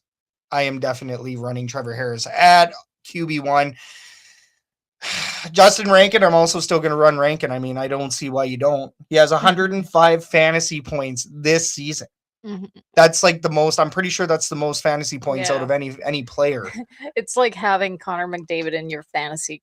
It really is. It's a cheat code. I mean, it is a cheat code. I highly recommend playing Justin Rankin. Avoid Winnipeg and Hamilton, though. Avoid their defenses. Maybe try to avoid Hamilton and Winnipeg players because they do have a little bit of injury woe on those teams, especially at quarterback. Zach Caleros isn't 100% healthy. Who they're playing the Toronto Argonauts. Toronto Argonauts are going in hungry for. Wasn't he injured? Zach Caleros. Yeah. So Zach Caleros is injured, and Chad Kelly is not. Right. So I'm thinking that the Toronto Argonauts, if anything, maybe a David Unger, the third. He's a great national spot guy. And I mean Daniel Edebebe, I would sit him at this point because Edebebe. He's not exactly consistently in the backfield. Maybe that's why I'm not. Maybe it's a good thing that I'm not in fantasy because I feel like I would just pick players by their last names. Edebebe. You can't do that. You can't do that. Hey, at least I'm not like the girls that do like hockey fantasy and they pick their players based on how good looking they are. No, it would just be how funny their last names sound. I don't like it. Keyshawn Johnson, Saskatchewan versus Hamilton this week. So thank you. I think that's actually a good pick. I've seen his name going around. And Claros did not practice today, which means he's most likely out. Yeah. So, I mean, I wouldn't take many Winnipeg players. Yeah. And even though, I have Kenny Lawler, I don't think Kenny Lawler is going to have the greatest game in this one either. Yeah. Or many of the other wide receivers for Hamilton. If anything, I would probably pick running backs. Yeah. If you are going to pick players from those teams, running backs, those are probably your best option because the arms might be a little bit shaky. We'll see. We know how Trey Ford plays. Trey Ford is not starting. It's actually Jake Dolegala for Hamilton. Interesting. So. I thought Trey Ford was QB2. And no, he was. I don't know.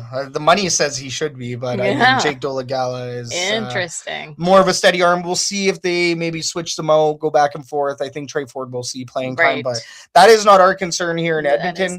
But for not anymore. The fantasy, it is. And to give everybody an updated stand-up, we have our own Shotgun Sports Network, Summer Sizzler. I'm 4-1 in that one. Iron League in Clemus Lid's Iron League, 1-4 there. But then in the Rouge League, Herdies, which is our team name there. We were up against the Argonauts. Yeah. 2-3 versus 3-2. Yeah. So, yeah, I know it's looking dicey. My projections are within like 2 or 3 points everywhere across the board. So it'll be interesting. We'll see what happens in fantasy, but we'll see if my predictions come true as well. No, we'll see. Let's do it. All right, couple more comments just right before we move on, just because they're good. The first one is from John Kirby. Rain and a win at home tomorrow is tradition. Every home game so far, raining. Keep that going. As of right now, the forecast does say that the rain ends at around 3 or 4 o'clock. Yeah, we'll see. I hope so, because I don't want to be sitting there. And from Amanda, good time to whoever wins. It's just a good time. Oh, too good. All righty. I guess next up, we do have an Edmonton sports update.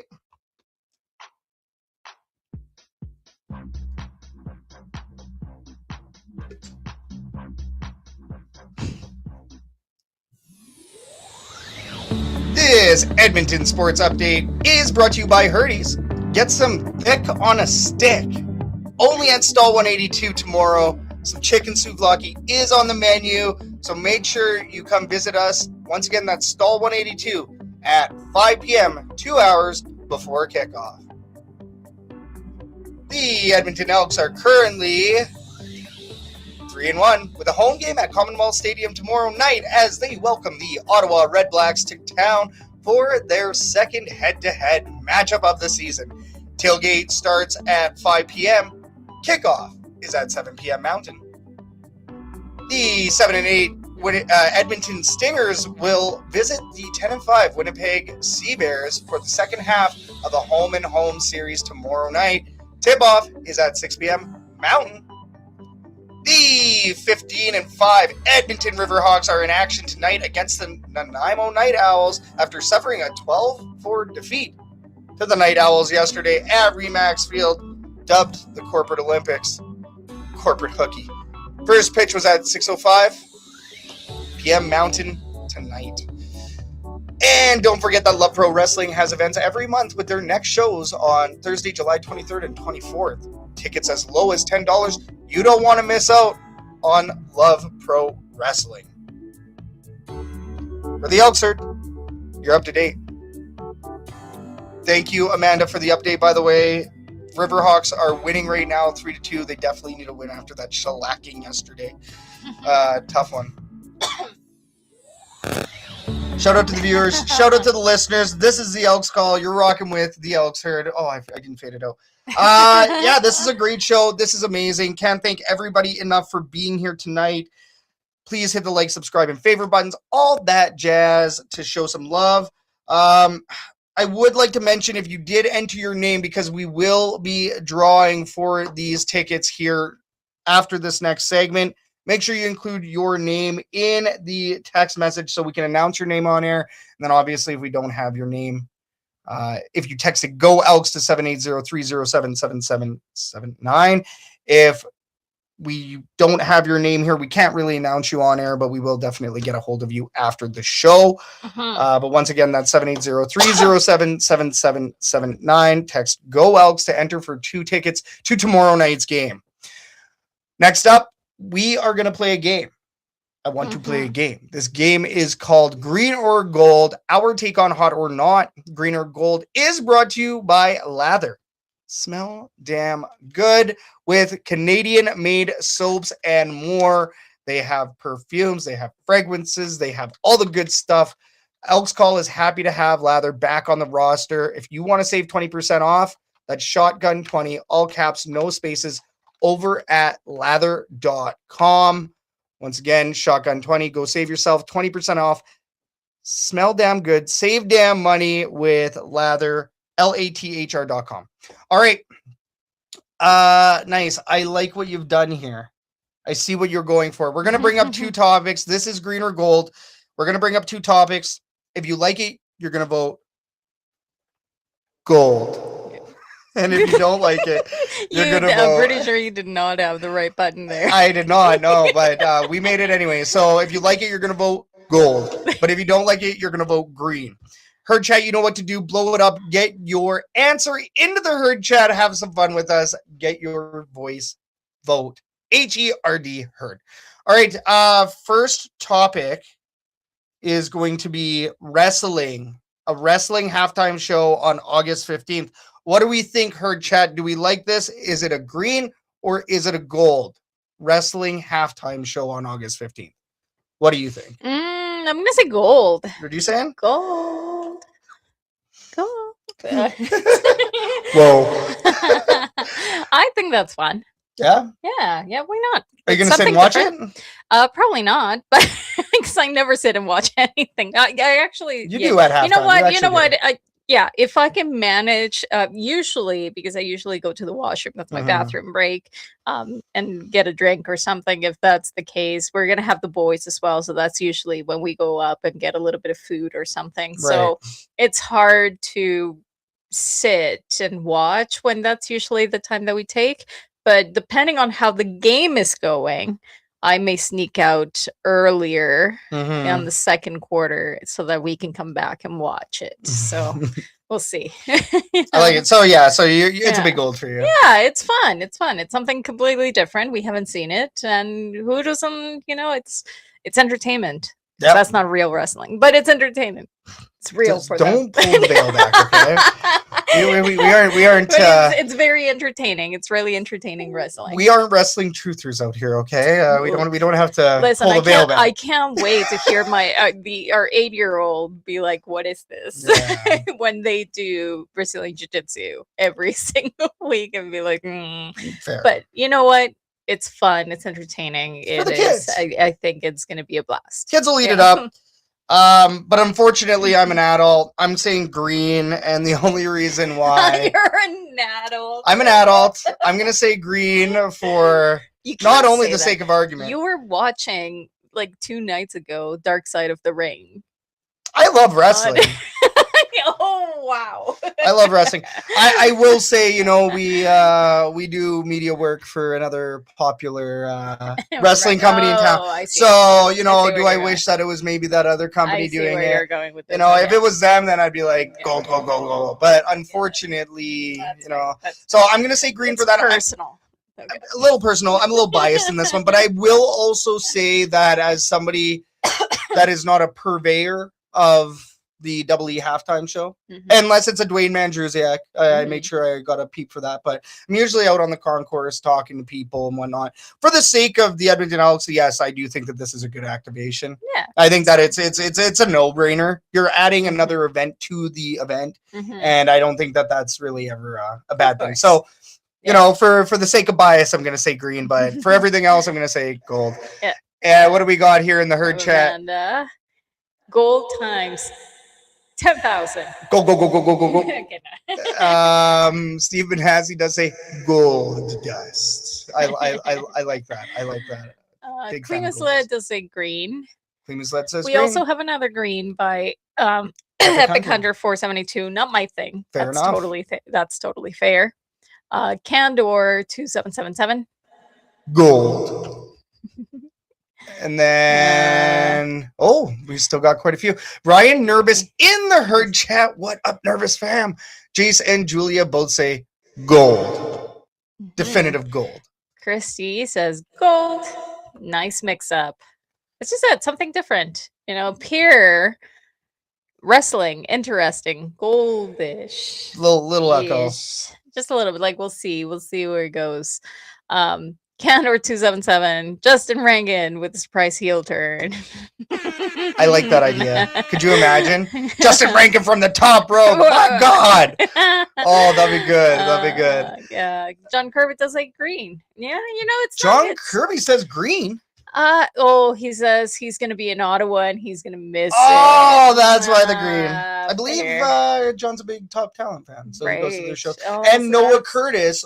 Yes, we talked about it. We talked about it last week as well. Maybe he'll make a little guest appearance. Friend of the show. He can't get injured. He can't get injured. I don't think Noah Curtis is going to make just show up in there and do a big slam and then get out. But Could you no, he imagine?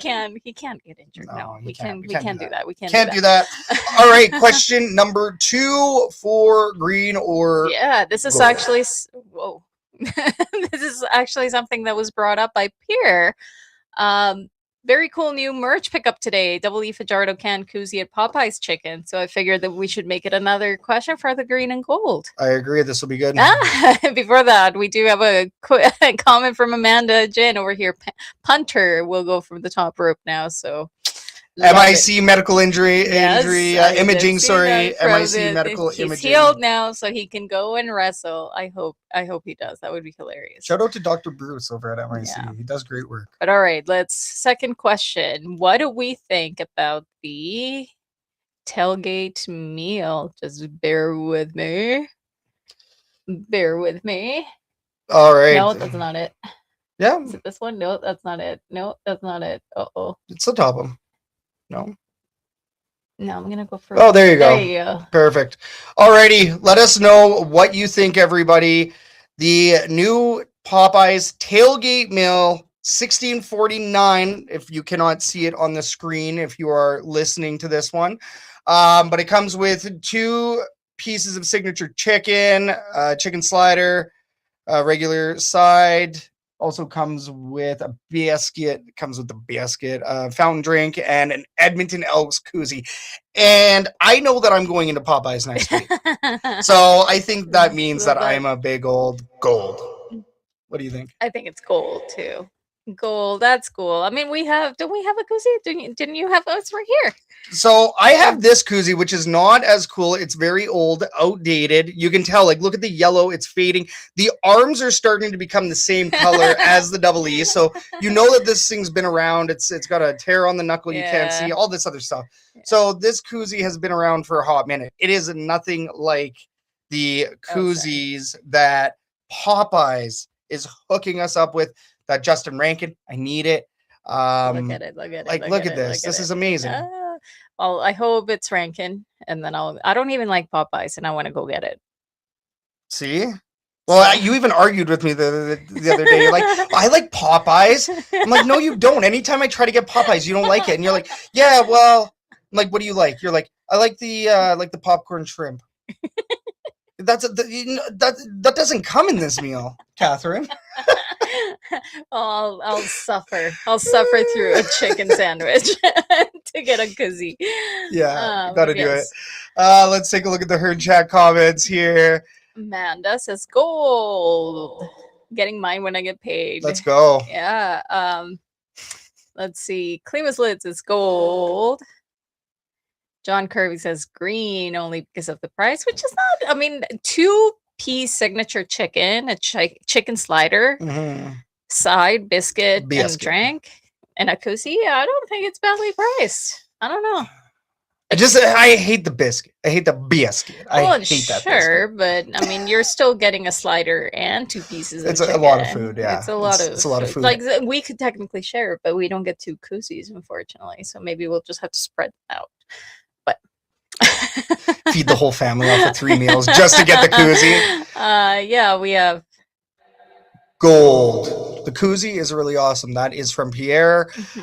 Game Day Baby does say gold. Love me more double E swag, baby. Let's go, man. I'm the same way. Ryan Nervous does say both say gold again. Jace also wants to get it tomorrow on our way to the game. Hey, nice. See, have the new koozie just for the game. Maybe get it signed after. Could you imagine? Oh, my goodness. Look at us. Epic Hunter, gold. Candor 2777, gold. Julia will eat your biscuit for you. Thank you, Julia. Please take the biscuit, Ryan. And there's gonna be Rankin, Fajardo, Mac, DeBlanco, Carney, and Ford. We gotta collect them all. Gotta collect them all. That means you gotta go to That's Popeyes. A lot of chicken every week or 2. I'll do it. I'll do it. Put it aside in the budget every 2 weeks. Yes. Jody does ask. There's a Popeyes at Commonwealth.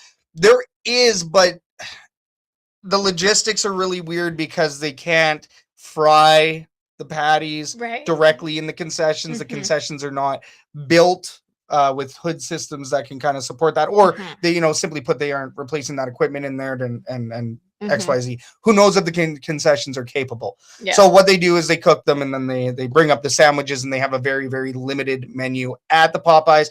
And of course, at Commonwealth, the pricing is a little bit different as well. So Yeah. that's something to keep in mind. This would be at your standalone stores outside of Commonwealth.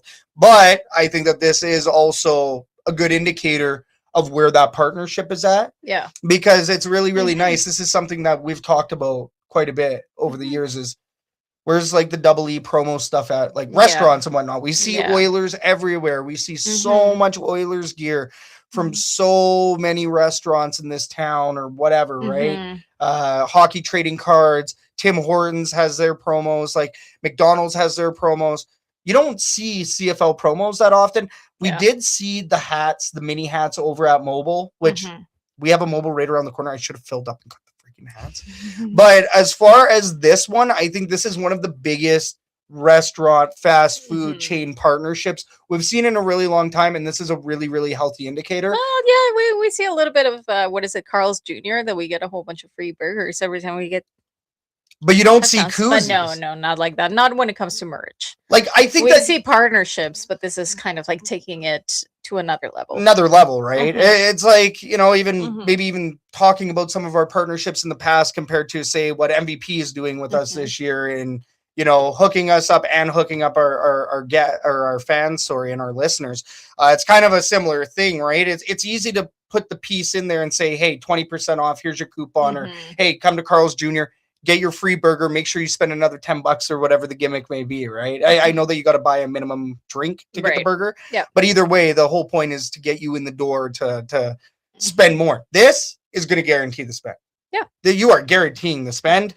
Who knows, right? Maybe it costs them 50 cents each to make these koozies, Yeah. but Lord knows people are going to buy them, and especially as this team does better in the season, Yeah, they're going to sell more. So So I like it. no brainer. Alrighty, let's I guess we're gonna do a ticket giveaway. Let's do it. All right, so this is how this is gonna work. We are going to number. Nice, I do see that. So Do we need a randomizer? I am gonna randomize this right now. Okay. Unless you want to randomize it Well, right on air. Do you? Well, ooh, maybe we can. Look at us. No, it's okay. I'll get it from here. I'll Okay. get it from here. We'll do it from here. I already got it up.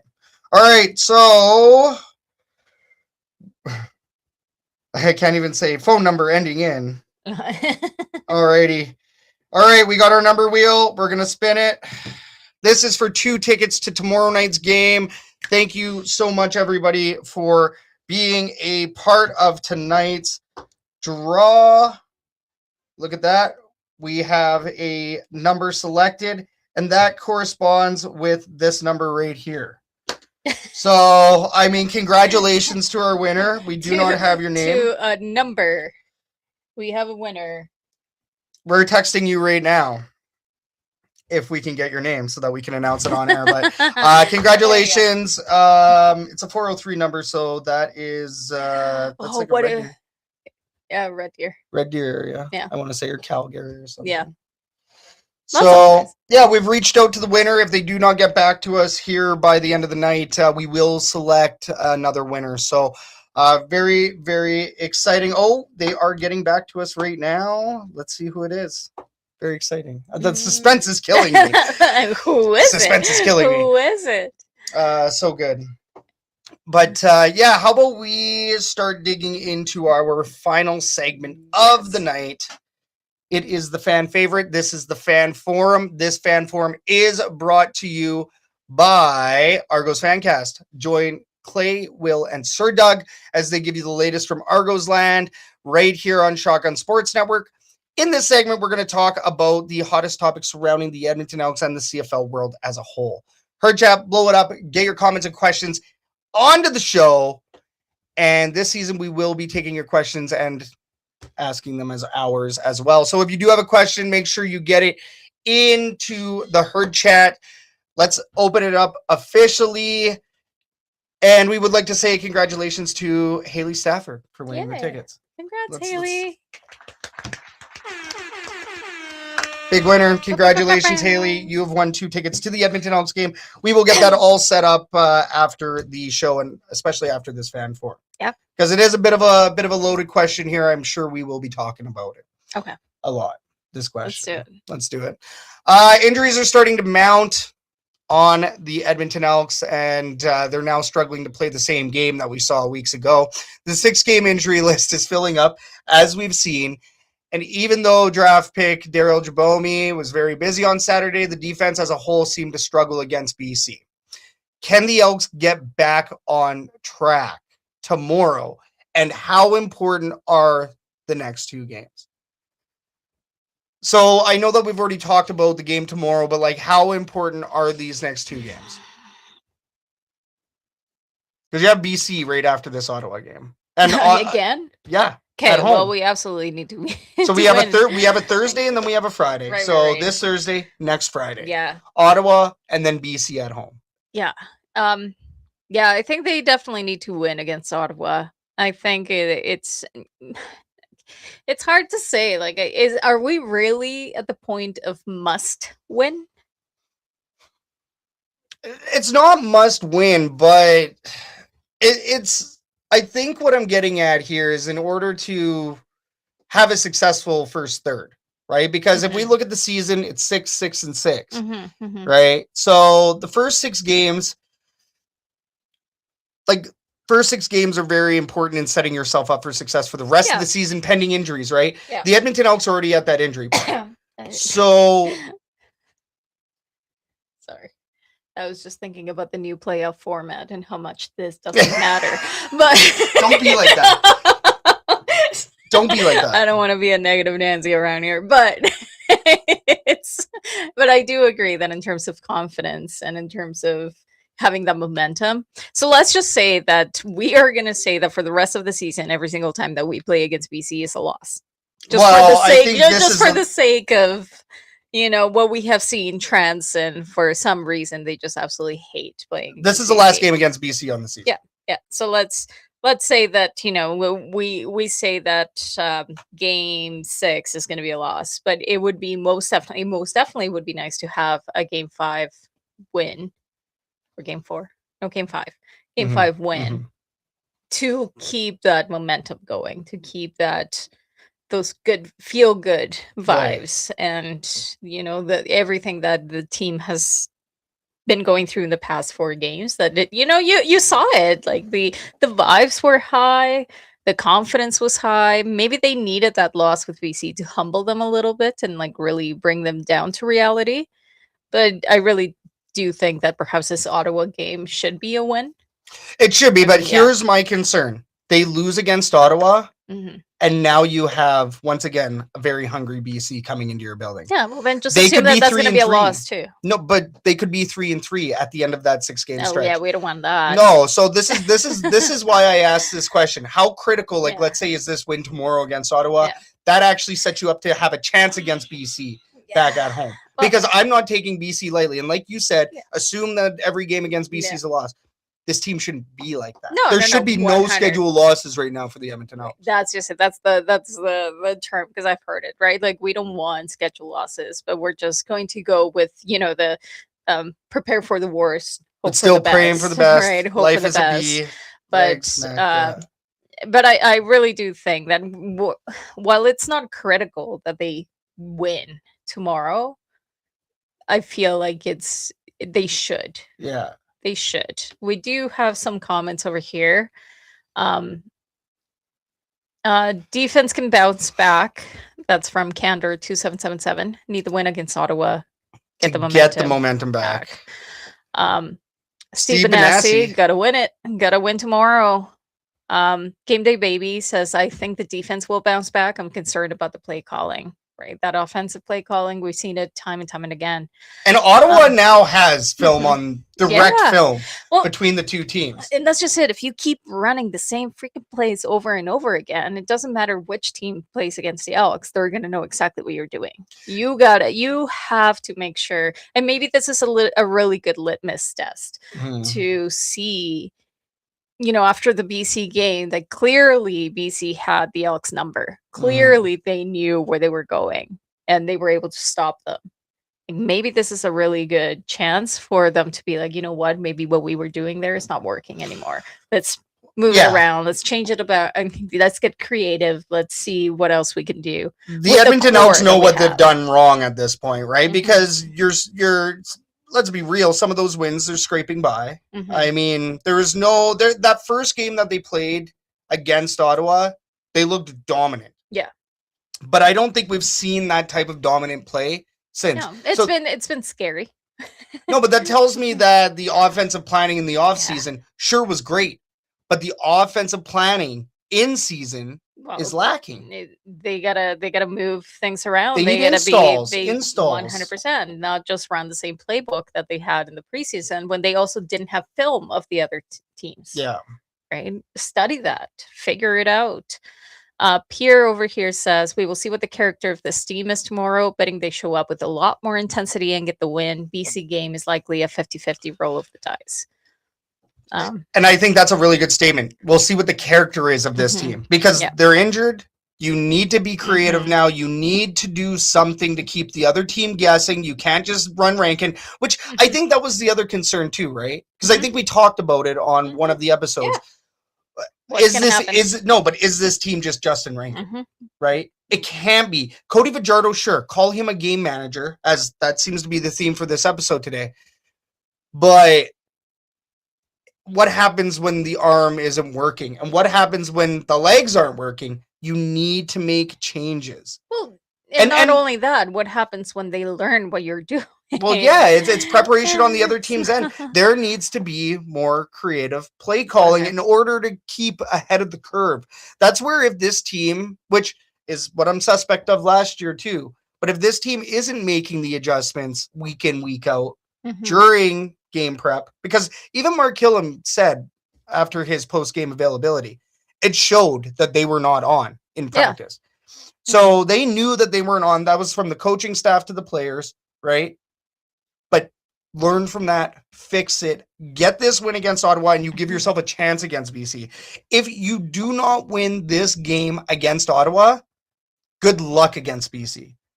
I think that would like right now, this is a turning point in this first 6 of the season. We're either looking at 4-2 or we're looking at 3-3. Like, 4-2, it could be 5-1, but let's be realistic. Like you said, scheduled loss. Let's say that this team could be 4-2 at the end of this 6-game stretch. Right. I think that that's still a good record, especially once you've gotten BC out of the way. But if you don't win this game tomorrow, 3-3 is looking at you dead in the eyes, and you're now having to climb your way back up. And it's going to be a lot harder to work your way up than it is to slide down. Sliding down extremely easy. Yeah. Right? I agree. For some reason, and I apologize, I did see a couple of comments coming in from Facebook. Yeah, they kind of come and go. They come and go. It's weird. I did see Amanda's I did see one, and it said, something along the lines of losing builds character, but you definitely need to win to build that confidence. And that's what we need right now.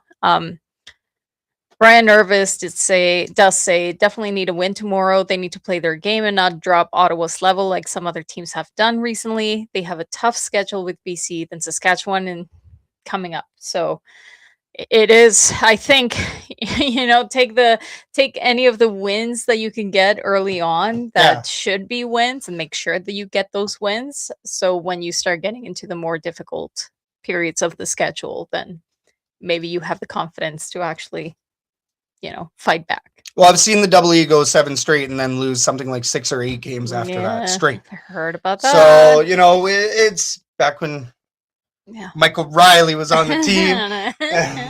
Everybody drank. But I think that this team does need to maintain that elevated what do you call it? Not moxie, but that confidence. It's not even just necessarily just the momentum, but the confidence as well. And to be able to win those plays. Right? It's a battle in the trenches and then winning each individual play, right? Win a quarter, win a half, win a game. And the Edmonton Elks, I'm not thrilled with certain quarters of their play, but for the most part, they play 3 out of 4 quarters. Do we see a 4-quarter win? Do we see a 3-phase 4-quarter win tomorrow? I'd love that.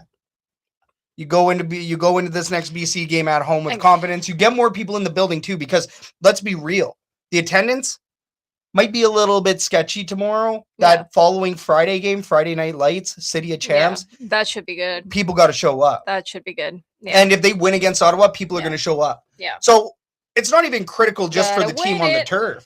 It's critical for the people in the stands as well.